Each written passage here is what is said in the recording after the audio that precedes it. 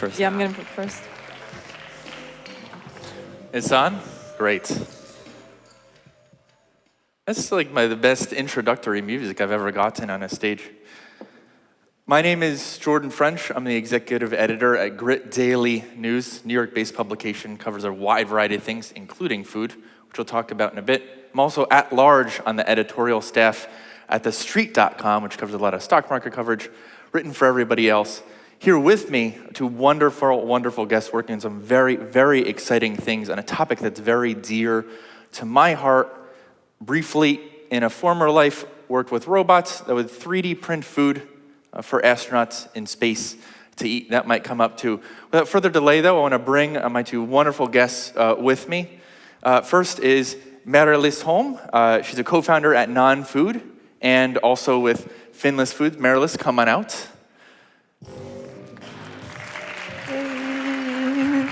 You get the music too. Have a seat right here. And also, this is great. Jonathan Breemhaar is with us as well. Jonathan, come on out. With Mosa Meats. And first, I really want to ask you all, this is TechChill. How awesome is this? Holds up to its name. It's plenty cold outside, right, Mariliis? It is. Exactly. Today has been kinder towards us, but yesterday was really cold. I like the sun. If you're like standing out of the wind, it's warm, I would say, but it's chill. It's also the environment is really relaxed here. So. Yeah, first time here. First time in Latvia, in fact. First time in Riga. Like I mentioned earlier, I hail from New York, and just give it up, though, for the whole TechChill crew. A lot of them are backstage. They'll never be thanked enough. So thanks to the TechChill team for putting on an awesome event. But let's dive in, because this is just absolutely crazy. It's the first thing on the audience's mind is, what on earth are you doing? So let's start with you, Mariliis. You have some news to share. Yes, so next month, which is very soon, in 2 weeks, I'm joining Finless Foods, which is similar to Mosa Meat in a sense that we are growing tuna from stem cells. Growing tuna from stem cells. Why would you even bother doing that in the first place? What got you into this? I've been in the food industry for almost a decade now, and I feel like there's so much work to do in order to have a blue-green planet in 2050. We're really at a time and a place where everyone should take a step and join us in the movement. Well, let's talk about that movement and set some of the stage. You're working with, Jonathan, you're working with what could be steak or beef. Right now, though, there's plenty of cows out there. It would seem there's an existing farming industry. Why would you bother to replace that? It seems to be working. It is working. It has been working for a long time. But the thing is that we love to eat meat.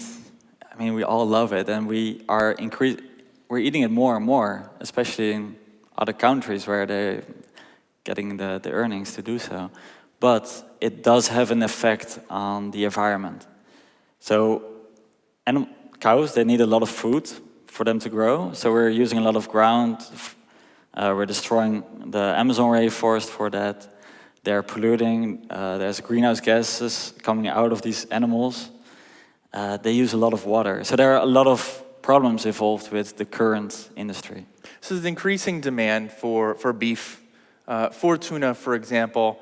And it sounds like, from what Jonathan shared, a lot of what's driving that is developing nations, more and more people, they have an appetite for meat, so they want it.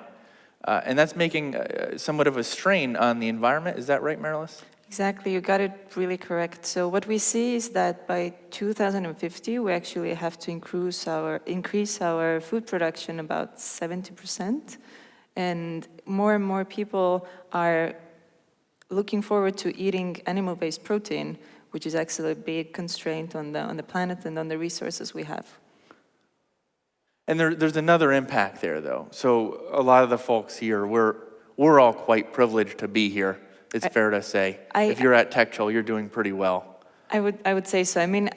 when I'm living in Estonia, I'm from there, I never think about water scarcity or anything. But then when we look back at the migration crisis that originated from Syria, for example, we can see that the fact that they run out of water, which means they run out of food, which means the whole environment and place becomes inhabitable, it is something that is actually happening at a global state. And we see that problem, and we need to anticipate that with food. So is it fair to say, Jonathan, that we don't actually have enough production to keep up with the demand that's eventually coming? Or is that overstating the issue? Well, I think we have enough meat, but if we keep doing it in this way, in this really inefficient way of producing it, we're gonna run out of rainforest, we're gonna heat up the planet even more, we're gonna run in these kind of problems. And of course, those also affect the crops. It does affect our food systems as well. So that might have the effect that we end up not having that much meat again. Interesting. Let's talk a little bit about what you're actually doing. For the uninitiated, Mosa Meat raised something around 8 million euros or so just a year ago. Tell us about what you're actually making to make beef. Yeah, so you probably know all these other products that are plant-based and that try to represent or be like meat, and they're getting really good. But still, people don't really tend to go towards vegetarianism in that scale. So what we're actually doing is we're taking cells from an animal and we put them in the right environment and we start to grow them. And we do that for muscles, we do that for fat, and we bring them together, and you end up having the exact same product as what you expect. And the product, though, that you've made, it's a what is exactly? It's a steak that now sits on the culture dish. No, so yeah, that's one of maybe the misconceptions where if we're talking about growing meat in our lab currently, it's not like you're taking a small sample, you make it big. It's actually a two-step process.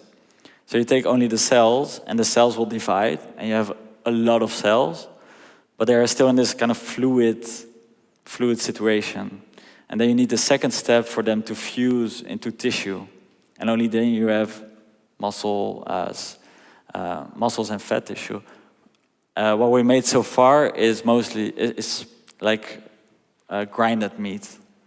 It is like a ground meat, like hamburger meat. Yes, and the reason for that is because we're not making blood vessels yet. And you need blood vessels in your body to bring all the nutrients, all the oxygen to all the cells to keep them alive. And because we don't make blood vessels yet, we're making kind of tiny fibers, thin fibers, and bringing them together in a burger. And it has the same consistency because of that. Now, blood vessels aside, you mentioned you've already had some sort of a taste test. Is that right? For people who've gotten to eat the Mosa meat? True. Yeah. When was that? Share about that. So we did a taste test, and it was the first ever hamburger grown in a lab. The people who ate it, they're still alive, they're still healthy. But what they said that the texture is good, the taste was meaty, beefy. What they missed back then was the fat, actually the juiciness that we're expecting from meat as well, and some of that taste that comes with that. The reason was actually because it was 100% muscles that we served them. And normally a hamburger is 80% muscles, 20% fat. Mm-hmm. This is something that we are currently working hard on and to grow these fat cells as well. Okay, thanks for sharing that. And Mariliis, I want to turn to you on this. You mentioned tuna before.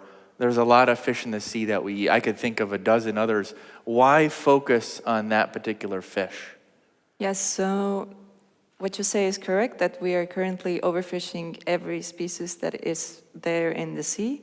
However, if we look at tuna, for example, it has only 3% of its original ancient fish still left, meaning that there's almost no fish that you can eat, and it's become an endangered species in many places of the world.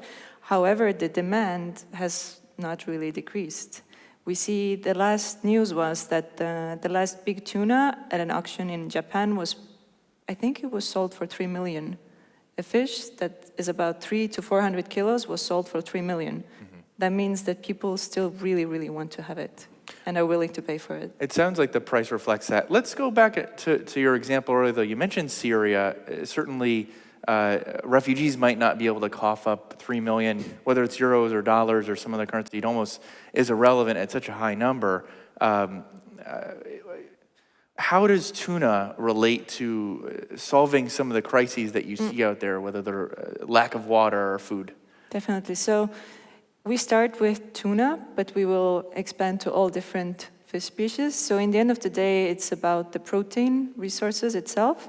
And as any technology over time gets cheaper and cheaper, when we look at the current old system, which is the cow or the fish, the way it is, and the water on the land, we really estimate that this technology and therefore the products will become affordable for everyone on this planet. And you mentioned technology there. I Yeah. think it's an interesting concept. Is it fair to say that in some ways you view fishing and farming as a technology, and that yours is perhaps a new version of that, a new technology that could replace the old?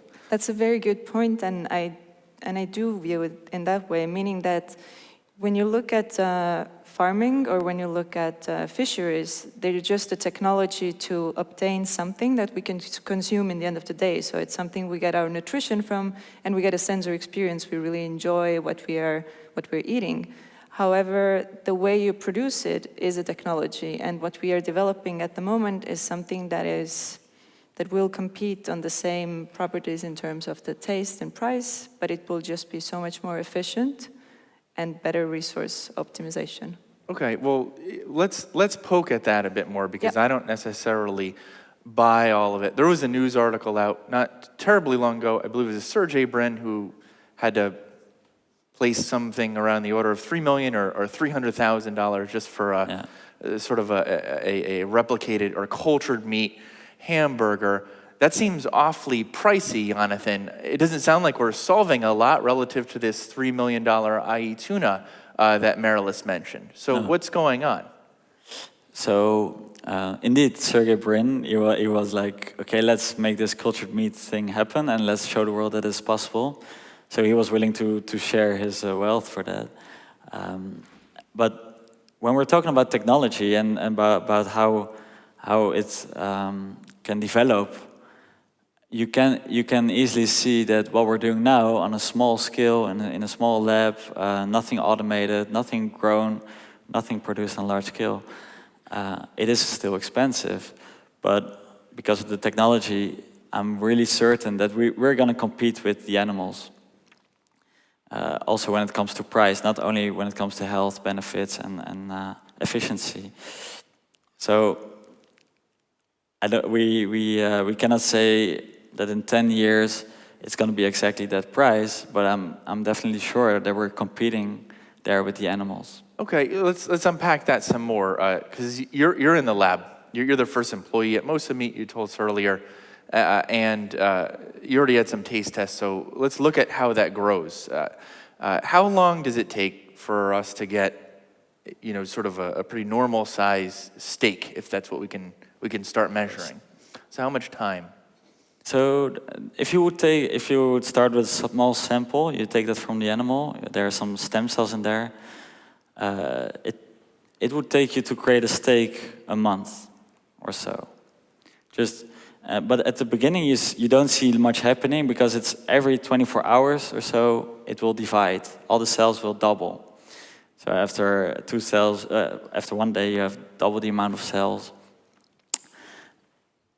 After 1 month, you have this one steak, but because still you're in this trend where every 24 hours it doubles, you only have to wait another day to grow 2 steaks. So 1 month, 1 day. So let's extrapolate out that out some more, just to illustrate the point. At 1 month, we have the 1 steak. At 1 month and 1 day, 2 steaks. But how about 60 days out? How steep is that curve? What numbers could we expect? So 1 month, 1 day, it would be 1 steak, another day would be 2 steaks. If you want to do that calculation, and we did, if you go, you have to do 2 times 30 days on top of that, you'll get 1 billion steaks. Okay, that sounds promising. I must say that there is a limit to it. So there's this theoretical limit where you cannot reach more than 50 doublings. The cells cannot reach higher than that. So you would end up with 1 million steaks. You would not be able to get to the billions. Still, I'm excited about. I guess that would be April time frame. That's when I should put in my order. I imagine your lab would be a factor too. But this is an important point that he brought up. There's some promise there, and let's chat about again about your earlier point. Syria was your example. We'll continue to run with it for consistency.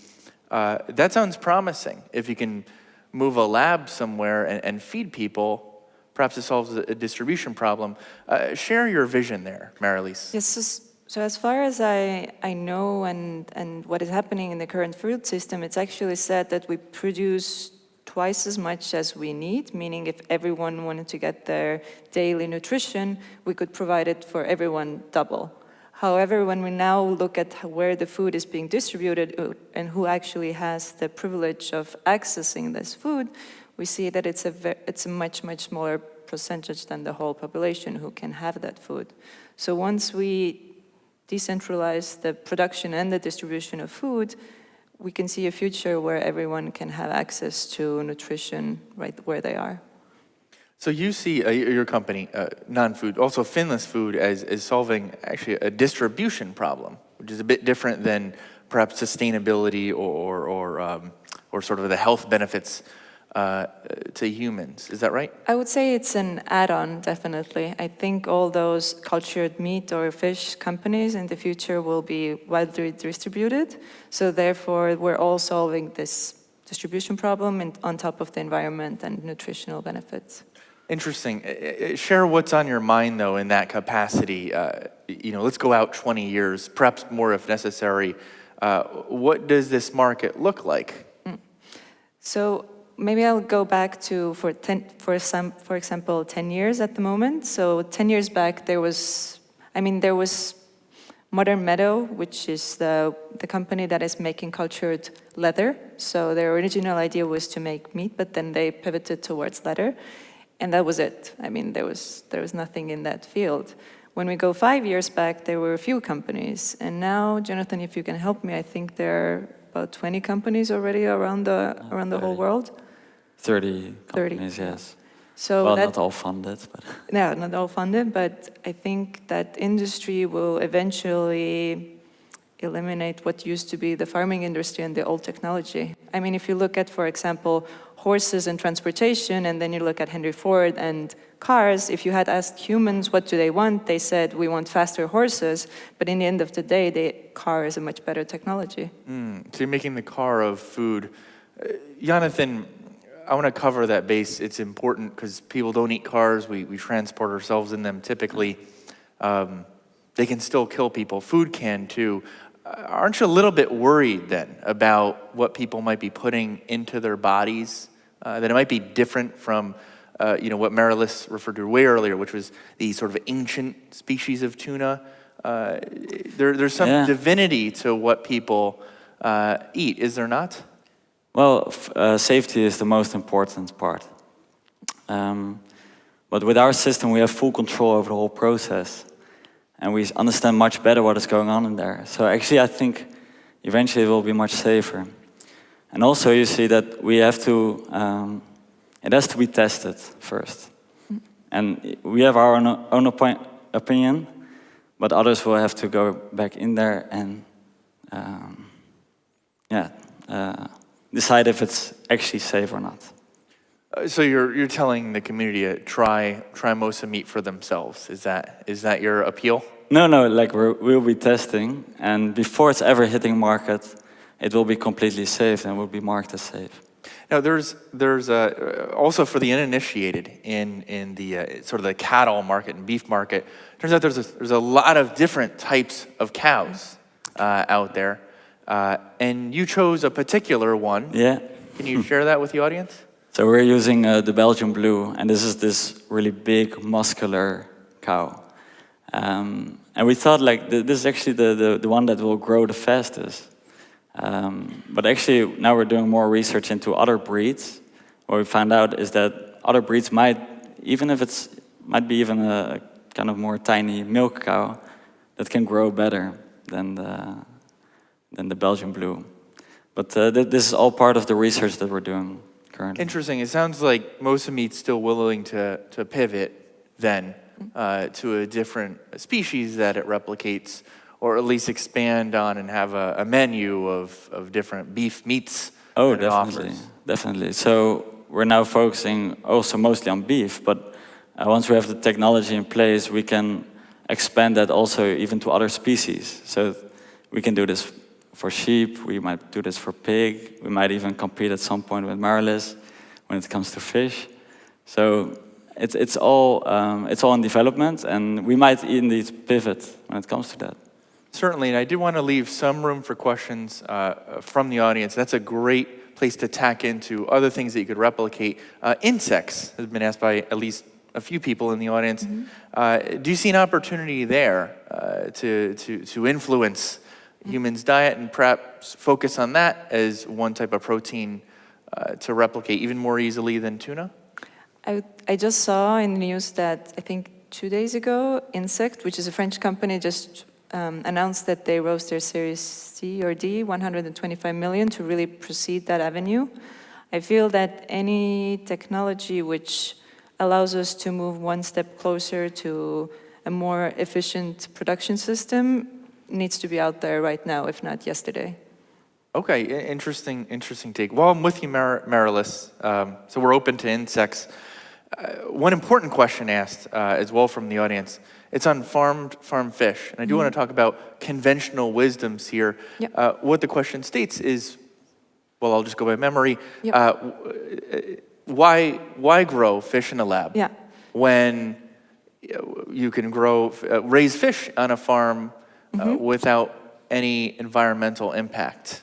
Yes, so the question for that, or the answer for that, is that we are focusing first on tuna, which is the biggest predator that you can find in the oceans. And it's 300 to 400 kilos. I mean, it's a big fish, which means it needs a lot of room to actually move around in order to grow and in order to survive there and thrive. And we only have one fishery in the world who is capable of growing tuna.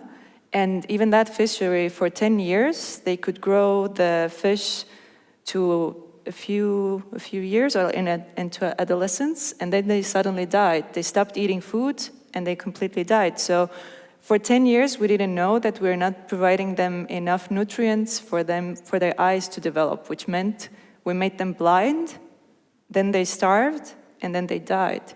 So even though for other type of fish, there are fisheries that work, for tuna, there's just one, and even they cannot, unfortunately, cover for all our habits. So on that one tuna farm, just to distill that a bit more, there's only one, they died anyway. So it's not even an opportunity for tuna to farm. Is that right? For 10 years, they were dying, and then they discovered it. So it took us 10 years and many growth cycles to actually figure out what was happening. If you are growing cells in a laboratory, the cycle is about 1 month, and it's just so much faster to understand how can we actually produce more and more efficiently. So that would be my reasoning. And so to follow that up, though, I wonder if you'd even challenge the assumption in that question or the statement rather, that farm fish has no impact or doesn't harm the environment. Is that true? What's going on with farm fish? Is it harmful? So that I don't have a full opinion on yet. I haven't researched that part of the industry so much, but what I know is that, I mean, it still uses the same resources that we are using, which means it's still using all the resources that you need to grow an animal, which is therefore less efficient than if you grow cells, because you're growing the whole animal instead of just the part that we actually want to eat. And tacking into that, Jonathan, let's talk about cows. We've heard from lots of media reporting on antibiotics. There's other sort of things that make their way into the cows. A lot of species of cows have are practically sort of made up. They've been sort of overfed in ways that perhaps aren't necessarily befitting of a cow that might be kind of out in nature. What's the status for farmed beef? For cultured beef. For farmed beef, does it have to what extent is there an impact on the environment? Well, the environmental impact of beef is gigantic, as I told earlier. So especially beef, because when it comes to those animals, the way they digest their food, there's methane coming released, and methane is a really strong greenhouse gas, much stronger than carbon dioxide, and partly therefore the meat industry is actually responsible for 14% of the total greenhouse gas emissions. So it's massive. It is massive, yes. Yeah. So perhaps by almost analogy, tuna probably has a pretty significant impact, even if you could successfully farm it. It's hard for me to make the comparison between the two, but I'm sure that the practices we'll use will allow us to still enjoy being the victims of our own habits, and then still be on this blue-green planet. So let's talk about that a bit more too, sort of the victims of our own habit. There's a question up there about tackling overpopulation. Interestingly, is there a relationship here with working with populations or overpopulating the earth? Well, I think there's enough room on the planet for everyone. It's just a matter of the choices we make every day and how conscious we are about what we actually eat. And whichever moves more towards the plant-based side of things, I think is a way to have as many people as we want on this planet. Jonathan? Actually, 30% of all land on Earth is dedicated to the meat industry. It's either the farms themselves, but it's mostly the stuff that we're growing. So if we would go to a more plant-based diet, or if we would make a more efficient system like cultured meat, we can use all of that space to give it back to nature, or for us to live in there. So overpopulation wouldn't be that much of a problem anymore. And one really quickly on this question, and then we're out of time. Unfortunately, that is why bother having meat at all? Why not coach people to avoid it entirely and just eat plants and legumes, for example? If you want to go vegan, then go for it, and I encourage people to do so, definitely. Because it's the quickest way. You don't have to wait for cultured meat. You don't have to do that. The reason why we're still working on it is because we're still increasing the amount of meat that we're eating as a global population. Certainly. So it's about demand, it's to meet. Yeah. In other words, good luck. Good luck to anyone working on trying to get people to move to plant-based foods. We'll end on that note. Please join me in thanking our wonderful panel here. Jonathan Breemhaar with Mosa Meat, Mariliis Holm, Nonfood and Finless Food. Thank you. Thanks again. I'm Jordan French. Till next time. Thank you.